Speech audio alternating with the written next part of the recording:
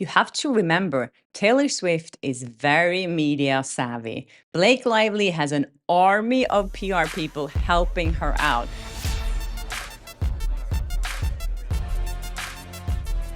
Hi, and welcome to Film Talk. I'm Kerstin Flo, and here on my channel, I talk about my good and bad experiences in Hollywood working as an entertainment reporter, and as you know, a lot about Justin Baldoni and Blake Lively's legal drama. I keep getting some comments here and there saying, stop talking about this, move on. And I have to say that one of the reasons why I'm very interested in this subject is not because I had that bad interview with Blake Lively. Of course, it's a part of it because I met her a few times and I had bad experience with her. But my main interest here is that the bigger picture is so fascinating to me because I, as you know, I have been part of traditional media. That's where, like, I've been working in traditional media for 20 years. So for me to see what's happening right now, I find extremely interesting. Most of you probably don't know that I've been doing other things than just interviewing celebrities that you've seen here on my channel. I went to Madagascar with World Wildlife Foundation to report on illegal trade of rosewood trees by the Chinese mafia. I did stories like that. You know, as I said before here on my channel, I went undercover in New York in Scientology church. So yeah, I'm not just a celebrity reporter, but my point here is that I haven't seen anything like this happen in media before, that the media has such a different narrative and story than the public has. And that's why I'm so passionate about reporting on this, because I don't understand the agenda here for the traditional media trying to cover up the truth all the time. It blows my mind every time I read one of these articles. So someone sent me this Forbes article. Thank you so much, Sophie, for doing that. And I read through it. And it's another one of these pieces that we've seen so many times already, where they're victimizing Blake Lively, and now they're also victimizing Taylor Swift here, saying they're just being used for clickbait. And what this article is doing is comparing the attention that the Blake Lively drama is getting to the P. Diddy scandal, and saying that Blake Lively's this drama is getting a lot more attention in the media than P. Diddy is getting. To me, there is a major difference here. Blake Lively portrayed herself as a victim to begin with. We saw the evidence and we stopped believing her. It seems like the media just wants to double down because they know that if they change the narrative now, it will make them look really bad or really dumb, and they don't want that to happen. With P. Diddy, there's no two sides to this. There's not a lot of people out in the public who believe that he should be a free man or that he didn't do these things. We've seen video evidence of what he's done. He's obviously guilty the way I see it. And from what we've seen so far with Blake Lively, though, this is what people find so fascinating about this story, because we did, or a lot of people did, believe her at first, but then when Justin Baldoni came with the evidence, people stopped believing it. But the media still wants to push that narrative on us. And another thing, you know, coming from my background, being a part of that world, and I've interviewed so many celebrities, I know the media is so guilty of portraying these people in the perfect light. That's what they do. They build these people and put them on pedestals for us and only show the good sides of these people, especially the more serious papers, because they want to have the one-on-one exclusive interviews, so they don't want to say anything bad about them. And I've seen this in these interview situations that I've done. You know, if you ask a critical question, or if you ask something they don't like, they will take your tape away. So they will make sure that the narrative that you receive as an audience or as the public will always be the perfect version. It says here in this article, female celebrity drama fuels clicks. While neither Swift nor Lively has issued any statement on the matter, headlines have been quick to speculate on a breakdown of their friendship. It follows a familiar pattern of treating women's lives as more dramatic, emotionally charged, and ultimately more consumable. Well, you know, I have to agree that women are more dramatic. There's a reason why we don't have Real House men or Real Husbands of Beverly Hills or all these other, because women are more dramatic. It's not a sexist thing to say. In my life, in my career, the drama that I've experienced have come from other women. And I think it's nothing wrong in saying that. We are different. Men and women are different. Women thrive more on drama. It's the fact. Women loves to watch reality shows. Men don't really like that because women like drama. This article continues to say Lively is not just a movie star, she's a businesswoman, a mother of four, and has a huge personal brand. Swift is a billionaire mogul, blah, blah, blah. And it says that when their names appear in the same headline, it becomes a performance of expectations, a frenzy of intrigue, betrayal, shifting alliances, and spectacle. The same scrutiny rarely applies to men. By saying that, you're actually taking away their power. You have to remember Taylor Swift is very media savvy. Blake Lively has an army of PR people helping her out. You're reducing these women to victims by saying that they can't have any control over this. They do have control over it, and they choose their own narrative here. And the reason why Taylor Swift has stayed silent is because she is choosing that. And she's choosing that people will speculate in these things. That's her choice. Taylor Swift is a very intelligent and very savvy. And by calling her a victim in this for clickbait, it's really reducing her to being like this damsel in distress, which she is not.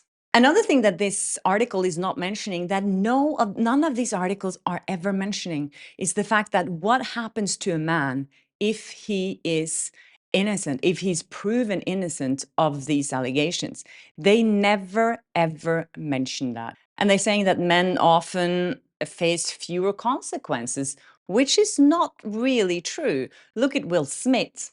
What happened with him after that? Wasn't that just like a frenzy in the media or on social media? Kanye West, another one, Johnny Depp.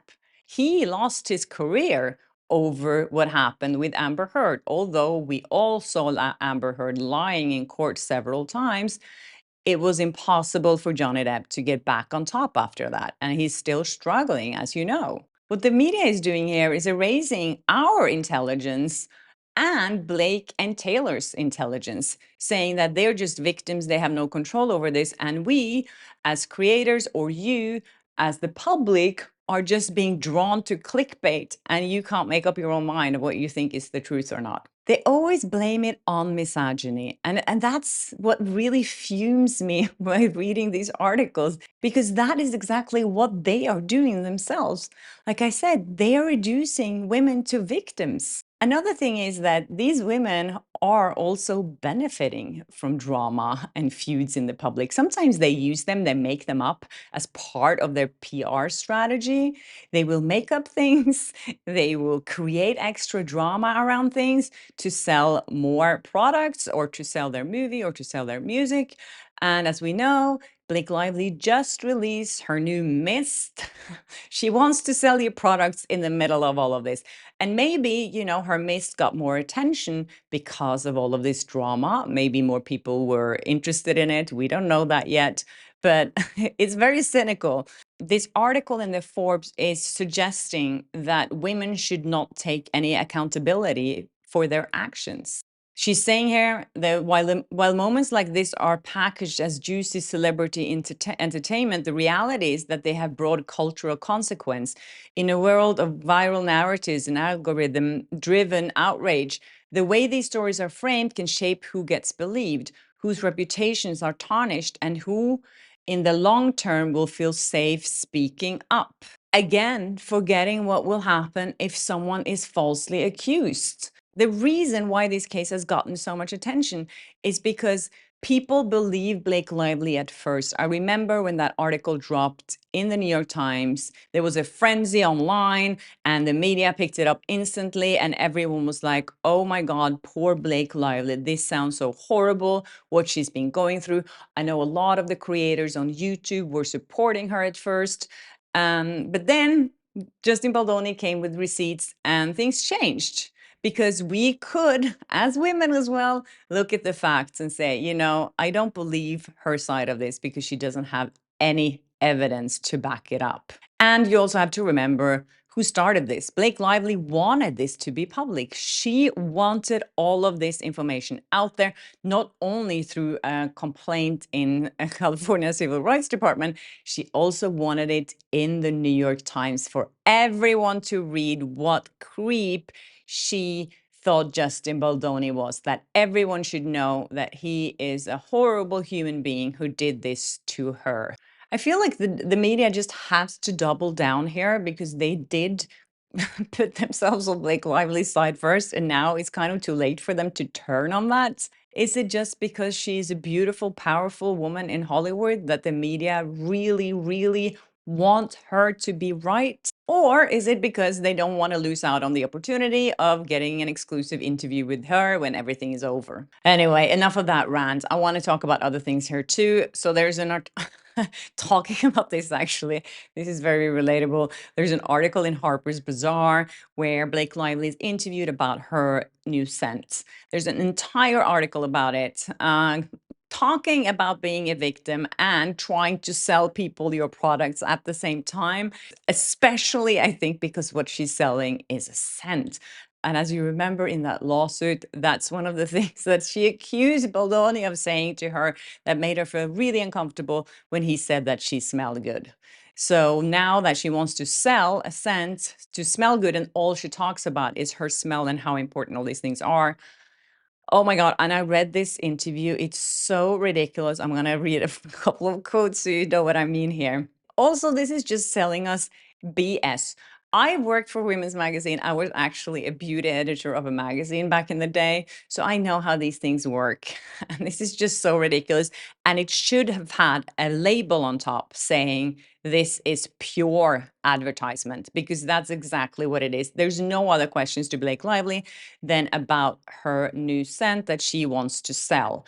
Anyways, the journalist here is asking, has scent had an important role in the character that you've played? And she says, I tend to wear different stuff when I'm playing a character. Nobody ever sees that, but it's how you feel.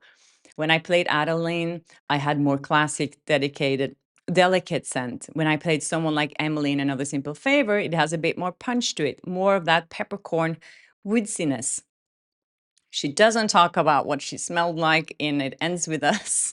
For some reason, for some good reasons, she said that he smelled her hair and said she smells good, which you should never do, even if you're wearing that mist. Don't ever say that someone is smelling good or their hair smells good in Blake Lively's world. And she also says here, I always layer my fragrance. Even if I'm wearing a familiar fragrance, I like the familiarity, but I also like people to go, oh, there's something more. What is that? So it's customized to me. She doesn't like you to smell her, but she wants you to smell that she has different layers of scent on her. And people go, oh, what is that? Without smelling her, obviously. This journalist also asked this question, which I find funny now that we've seen her outfits in It Ends With Us. She says, everyone wants to know, how do you plan and organize your looks? Everyone wants to know this.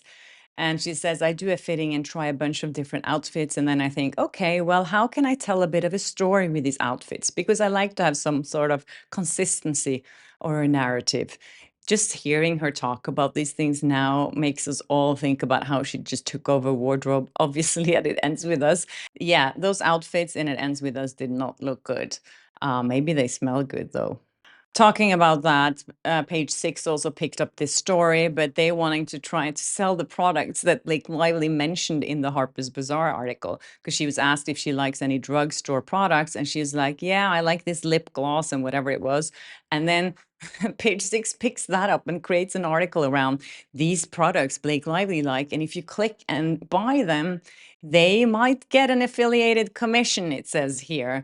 So it's all about money and how the media is also making money on these celebrities. So I think when they are kind of judging us as the public for seeing through all of that and not believing that this person is this beautiful, perfect person in this beautiful, perfect marriage, when we see through that, they're like, they get worried that they can't sell products and they can't sell articles and they can't sell clicks.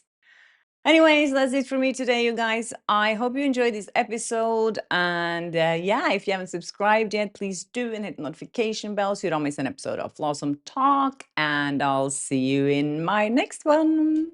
Bye.